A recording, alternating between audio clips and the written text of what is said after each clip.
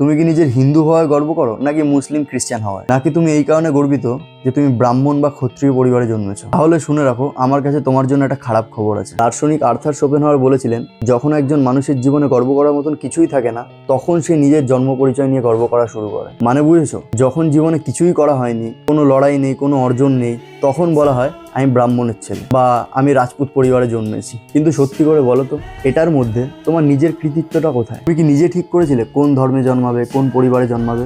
না, জন্মটা ছিল পুরোপুরি অ্যাক্সিডেন্টাল।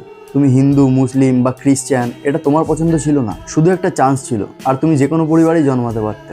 ব্রাহ্মণ না হয় মুসলিম পরিবারে জন্মাতে, হতে পারতো তুমি খ্রিস্টান পরিবারে জন্মাতে। তাহলে প্রশ্ন একটাই, এতে গর্ব করার মতন আসলে কি আছে? যে জিনিসটা তুমি নিজে বানাওনি, যেটা অর্জন করোনি, যেটা শুধুমাত্র ভাগ্যের অ্যাক্সিডেন্ট, সেটা নিয়ে এত অহংকার কেন? সত্যিকারের গর্ব হওয়া উচিত নিজের কাজ, নিজের পরিশ্রম, নিজের চরিত্র নিয়ে। জন্ম পরিচয়টা কোনো অ্যাচিভমেন্ট না। তুমি কি এই কথার সাথে একমত, নাকি ডিসঅ্যাগ্রি করো? কমেন্টে জানাও, কিন্তু যুক্তি দিয়ে, অন্ধভক্তি দিয়ে না।